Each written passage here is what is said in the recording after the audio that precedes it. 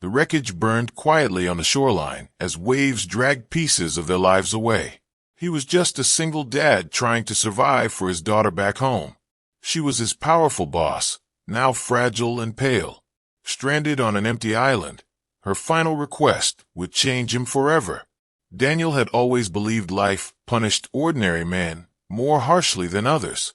As a single father, every decision he made revolved around one small face, waiting at home. His daughter Lily depended on him for everything: school lunches, bedtime stories, and the quiet reassurance that tomorrow would be safe. The business trip with his boss, Victoria Hale, had meant extra money and a chance to prove himself at work. He never imagined it would become a fight for survival. The crash had been sudden, violent, and unreal. One moment they were flying over endless blue ocean, discussing quarterly targets. The next, the aircraft lurched, alarms screamed, and the world tilted into chaos. Daniel remembered gripping his seat, whispering Lily's name as if that alone could anchor him to life. When he woke up, there was only silence, broken by waves and the smell of burning metal. He stumbled onto the beach, coughing, heart pounding, and found Victoria lying unconscious nearby. For years, she had been distant, authoritative, untouchable in the office. Now she looked small, human, and terribly vulnerable. As he checked her pulse with shaking hands, a realization struck him. On this island, titles meant nothing. Here, they were just two frightened souls trying to stay alive. Victoria regained consciousness slowly, her eyes clouded with confusion and pain. She tried to sit up but winced, gripping her side. Daniel helped her gently, speaking in a calm voice he didn't entirely feel. "We're safe for now," he said, though the endless horizon offered little comfort. She nodded weakly, her usual composed demeanor replaced by fragile silence. They assessed what little remained from the wreckage: some bottled water, a half-burnt emergency kit, and a single thermal blanket. Daniel's mind raced, calculating days, maybe weeks, until rescue might come. But fear crept in quietly. What if no one knew where they had crashed? What if Lily kept waiting at the window, believing her father would walk through the door as always? That thought alone tightened his chest painfully. He forced himself to focus on survival, gathering driftwood and constructing a makeshift shelter while Victoria rested. Occasionally, he glanced at her, noticing the subtle tremble in her hands and the exhaustion she tried to hide. She had always been the strong one in boardrooms, the voice that commanded respect. Yet here, stripped of control and certainty, she looked lost. As night approached, the temperature dropped, and Daniel shared the blanket with her. For the first time, they spoke not as boss and employee, but as two human beings facing the same terrifying unknown. The first night was long and restless. The wind howled like a distant warning, and every unfamiliar sound jolted Daniel awake. He kept imagining Lily calling for him, her small voice echoing through his mind. Each time he opened his eyes to darkness instead of her bedroom door, the ache deepened. Beside him, Victoria shivered despite the blanket. Instinctively, Daniel adjusted it around her shoulders, careful not to disturb her injured side. She stirred, whispering a quiet "thank you" that sounded heavier than the words themselves. It surprised him. Gratitude had never been part of their professional interactions before. By morning, survival instincts took over. Daniel searched the shoreline for anything useful, while Victoria attempted to stand, determined not to be a burden. She failed twice, frustration flashing across her face, before pain forced her back down. "I'm slowing you down," she murmured. He shook his head firmly. "We survived together, or not at all." Those words lingered between them, dissolving invisible walls, built by years of hierarchy. For the first time, Daniel saw the exhaustion in her eyes, not just from injury, but from a lifetime of responsibilities and silent pressures. And she saw in him more than an employee. She saw a father fighting against fear, with quiet courage.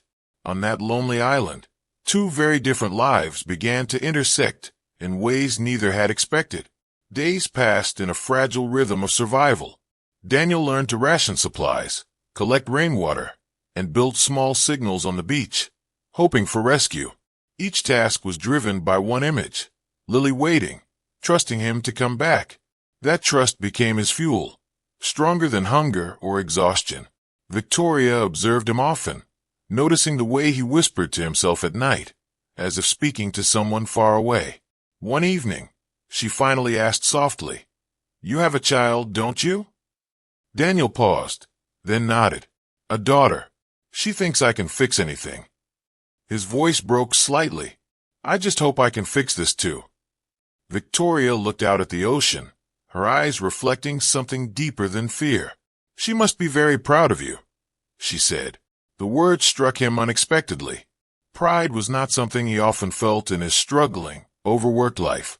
Yet here, surviving day by day, he realized how fiercely he was fighting, not just for himself, but for love waiting thousands of miles away. That night, they spoke about their lives. She admitted how lonely success had made her, how every promotion built higher walls around her heart. Daniel shared stories of bedtime drawings and school recitals he never wanted to miss.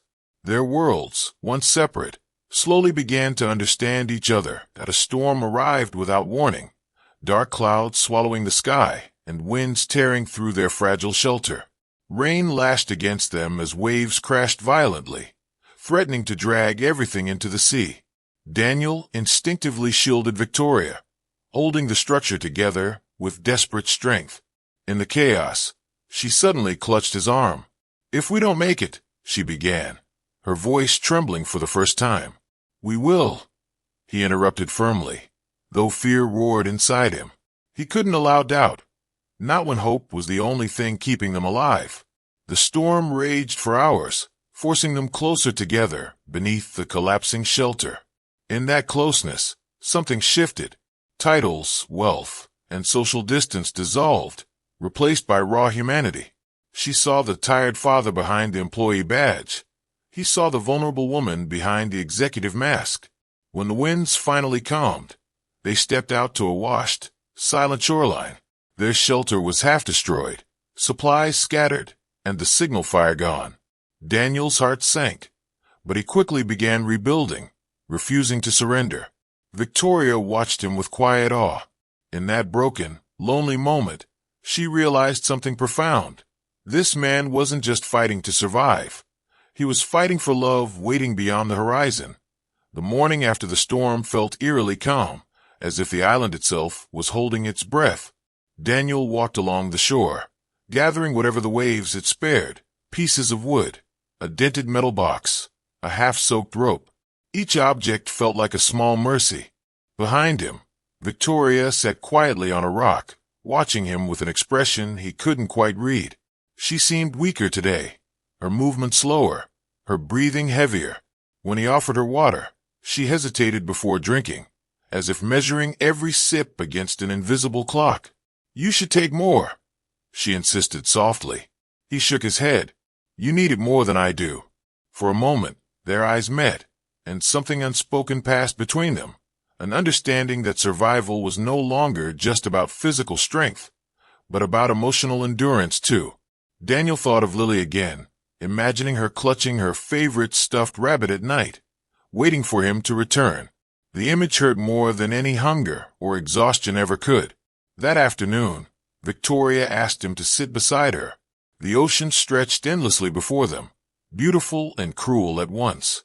"You're doing all this for her, aren't you?" she asked gently. Daniel nodded. "Everything I do is for her." Victoria looked away quickly, her eyes glistening, as if that simple truth had awakened something she had buried long ago. That evening, as the sun bled into the horizon, Victoria finally spoke about her life, not as a boss giving polished answers, but as a woman stripped of titles and defenses. She told Daniel about the years she had spent chasing success, believing it would fill the emptiness she never understood. Promotions came, recognition followed, but the silence at home only grew louder. "I thought achievements would make me feel complete," she admitted quietly, "but they only made me lonelier." Daniel listened without judgment, surprised by how fragile her voice sounded. In the office, she had always seemed invincible, the kind of person who never hesitated or doubted. Yet here, under an open sky, she was just another human being carrying invisible scars. He shared his own story then. How Lily's mother had left when the responsibility became too heavy. How he had learned to cook, clean, and comfort a child while pretending he wasn't breaking inside. Some nights, he confessed, I'm terrified I won't be enough for her. Victoria shook her head slowly. You are more than enough. You stayed. That alone makes you extraordinary. Her words lingered in the air, warm and heavy. For the first time in years, Daniel felt seen. Not as an employee, not as a struggling single dad, but as a man trying his best in a world that rarely paused to notice. Days blended into each other, measured by sunrise tasks and sunset reflections. Daniel built a stronger shelter, weaving branches carefully, while Victoria guided him with quiet suggestions. Though injured, she insisted on helping, even if it meant simply organizing supplies or keeping the small fire alive. It gave her purpose, and he respected that deeply. One afternoon, while repairing the signal sign on the beach, Daniel noticed Victoria watching the ocean with an unreadable expression. Do you think anyone's looking for us? She asked softly. He wanted to answer with certainty, but honesty felt more respectful. I don't know, he admitted, but we keep hoping.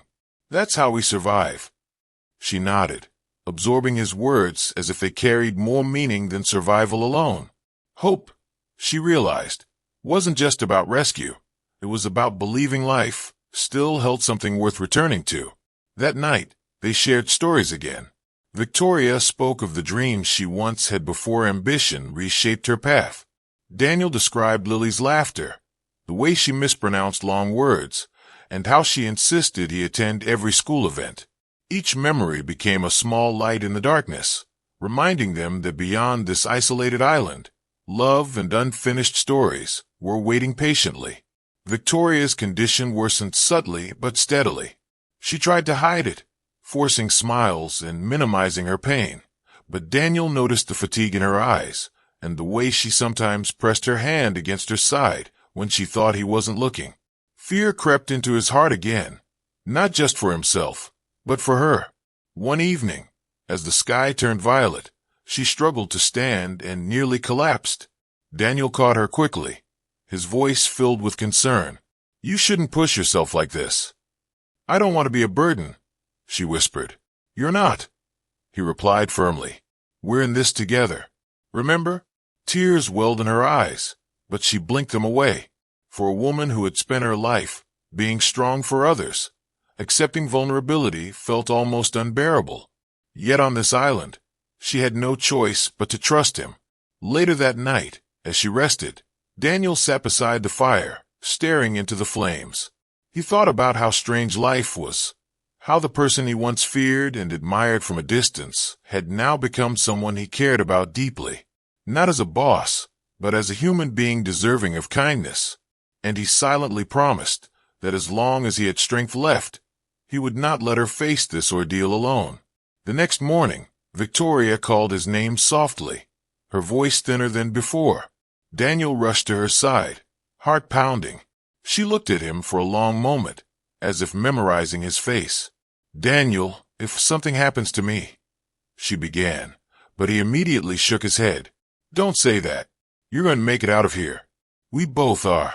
She smiled faintly, though sadness lingered behind it. You always speak with such certainty. It's comforting. He sat beside her, gripping her hand gently. For the first time, he realized how much their roles had changed.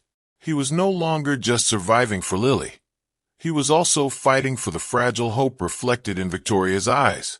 She closed her eyes briefly, gathering strength. If I don't get the chance later, there's something important I need to tell you. His chest tightened with dread and curiosity. The ocean waves crashed rhythmically behind them, as if echoing the tension of the moment. He nodded slowly, unable to speak. Whatever she was about to say felt heavier than survival itself, something rooted not in fear of death, but in unfinished regrets and unspoken truths, waiting to finally be set free. Daniel barely slept that night. Victoria's unfinished sentence echoed endlessly in his mind, heavier than the crashing waves outside. He kept glancing at her, watching her fragile breaths, terrified that time might slip away before she spoke again. For someone who had spent his life fearing financial struggles and everyday hardships, this fear felt entirely different, deeper, quieter, and impossible to control. At dawn, Victoria opened her eyes and found him already awake. "You should rest," she whispered weakly. He shook his head. "I can't. Not when you need me." She studied him for a long moment, as if weighing the sincerity of his devotion. "You remind me of someone I used to know," she said softly. "Who?" "Myself, before I forgot what truly mattered." Her words carried regret, not bitterness. Daniel realized then that beneath her professional armor had always lived a woman who once believed in simple joys, in family, in warmth, things success had slowly replaced with deadlines and loneliness. He felt an unexpected sadness for her. On this island, stripped of wealth and control, she was rediscovering parts of herself she had abandoned long ago, and Daniel, unknowingly, had become the witness to that rediscovery. Later that day, Victoria asked him to help her walk to the shoreline. Each step seemed to cost her strength, but she insisted, determined to see the ocean up close.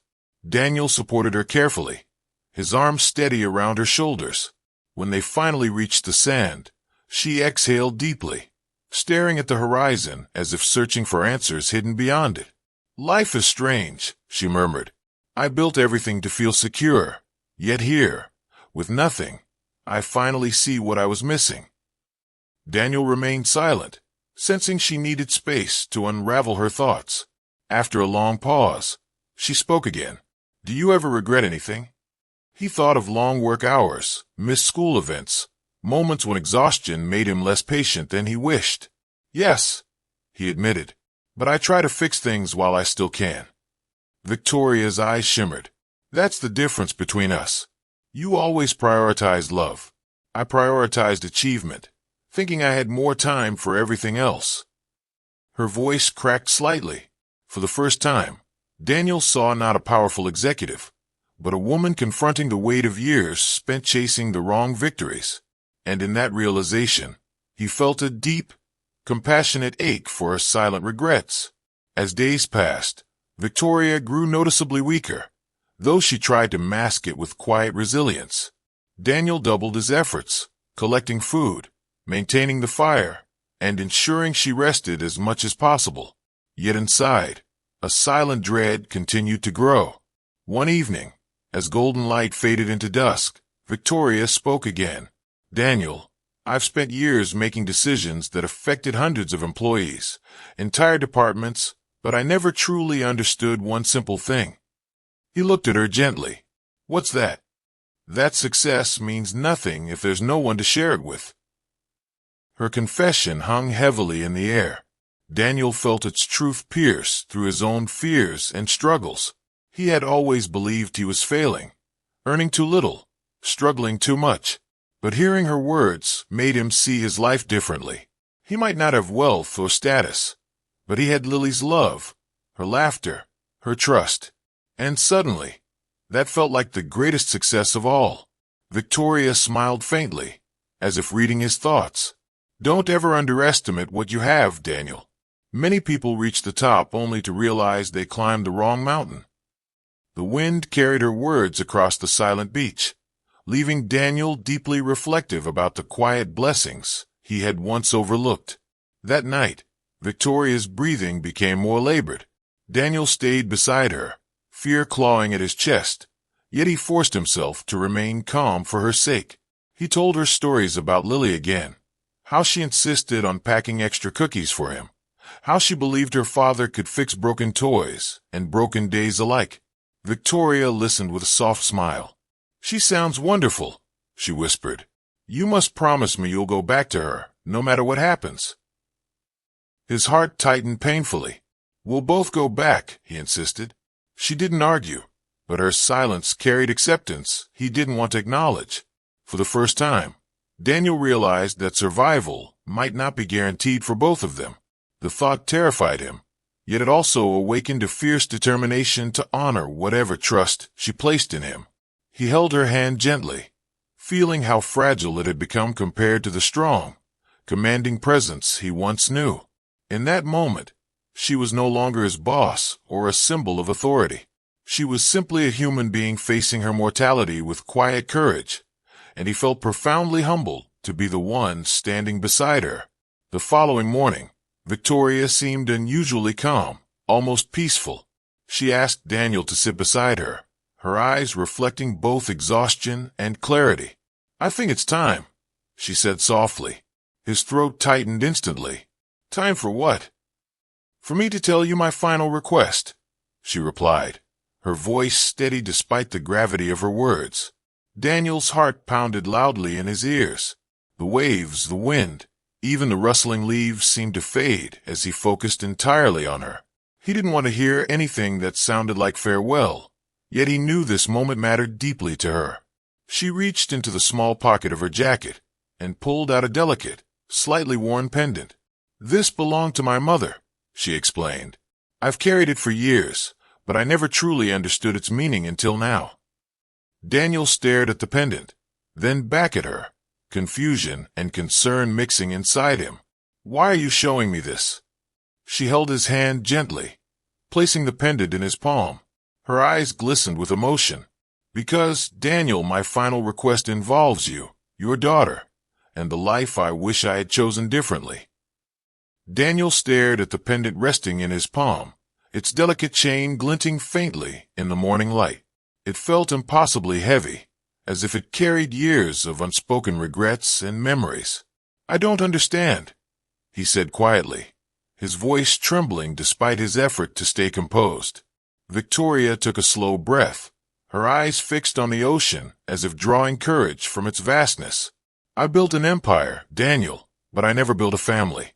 I kept telling myself there would be time later, for love, for children, for simple joys.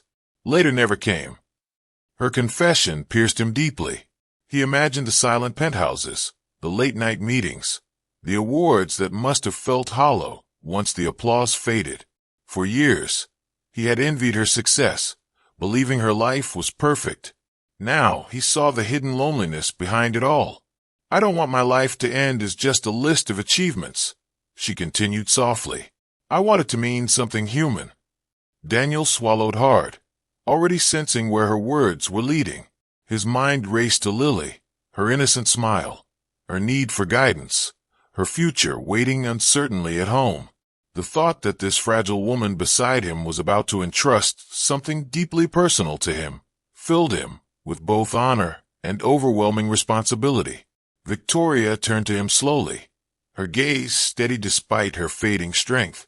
"If I don't make it back," she began, her voice fragile yet determined, "I want you to give this pendant to Lily." Daniel's eyes widened in shock. "To my daughter?" She nodded gently. "Tell her it belonged to a woman who realized too late that success means nothing without love. Tell her to grow up valuing people over achievements, kindness over ambition, and moments over milestones." Her words struck him speechless. He had expected instructions about work, finances, or unfinished business. "I've watched you, Daniel," she continued softly. "You may think you're just an ordinary single father struggling to survive." Instead, she was thinking about a little girl she had never even met. The selflessness of it shook him profoundly. "I've watched you, Daniel," she continued softly. "You may think you're just an ordinary single father struggling to survive. But to your daughter, you are everything. Her safety, her hope, her hero. Never doubt that again." Tears blurred his vision. All his insecurities, all his quiet fears of not being enough, suddenly felt exposed yet comforted at the same time. "I want my last legacy," she whispered. "To live in a child who grows up surrounded by love, something I was too busy to create for myself." Daniel couldn't speak for several seconds. The waves crashed gently nearby, as if nature itself was honoring the gravity of her request. He finally closed his fingers around the pendant, feeling its warmth seep into his skin. "I don't know if I'm strong enough for this," he admitted honestly. Being a father already feels overwhelming most days. Victoria smiled faintly, her eyes soft with understanding. That's exactly why you are strong enough. Real strength isn't loud or flawless. It's the quiet decision to keep showing up, even when you're afraid you're failing. Her words wrapped around his heart like a gentle reassurance. He realized she wasn't just giving him a pendant. She was giving him validation he had never received, permission to see his struggles as acts of courage rather than weakness. He imagined Lily holding the pendant someday, asking about its story. He imagined telling her about this island, about survival, about a woman who taught him that love defines a life more than success ever could. The thought filled him with both sorrow and purpose. "I promise," he whispered finally, his voice thick with emotion. If it comes to that, I'll give it to her and tell her everything you wanted her to know." Victoria closed her eyes briefly, relief softening her features. For the first time since the crash, she looked at peace, not because her situation had improved, but because her heart felt lighter. "Thank you, Daniel," she murmured. "You've given me something priceless, the feeling that my life can still touch someone, even at the end." He shook his head gently. "You're not at the end. You're still here. We're still fighting." She didn't argue, but her faint smile acknowledged the uncertainty they both understood. "Whatever happens," she continued, "promise me one more thing. When you go back to Lily, never let work steal the moments that matter most. Don't make my mistake." Her words settled deeply into his soul. He thought of missed school plays, rushed dinners, exhausted evenings when he barely listened to her stories. Regret tightened his chest, but alongside it grew a powerful resolve to change, to be more present, to treasure every small moment life offered. He realized that this island, though cruel and isolating, had also become a place of awakening. It stripped away illusions and left only truth. Love, time, and human connection were the only things that truly endured beyond any title or achievement. The next morning, distant helicopter blades finally broke the silence of the island. Daniel rushed to the beach, waving frantically, his heart pounding with desperate hope. Rescue had come. He turned back to Victoria, tears in his eyes, ready to share the news. She looked at him calmly, her breathing shallow but peaceful. "You see," he said, voice shaking with relief, "we're going home." She squeezed his hand weakly, a serene smile on her lips. "Yes, you are," she whispered. In that bittersweet moment, Daniel understood her meaning. The rescue team arrived quickly, lifting them both onto stretchers. As he held her hand during the flight, he felt her grip slowly loosen. Her face remained calm, almost grateful, as if she had finally found closure. Tears streamed down his face, but he didn't cry out. Instead, he whispered softly, "I promise. I'll make your life's lesson live on." When the helicopter carried them back toward civilization, Daniel looked down at the endless ocean. It had nearly taken everything from him, but it had also given him something profound, clarity about what truly mattered. And deep in his pocket, the pendant rested, a quiet symbol of love, regret, sacrifice, and second chances. Some people leave wealth behind, others leave wisdom. She left a lesson. Love must never be postponed. Daniel returned not just as a survivor, but as a father reborn with purpose. If this story touched your heart, subscribe, like, and join our family.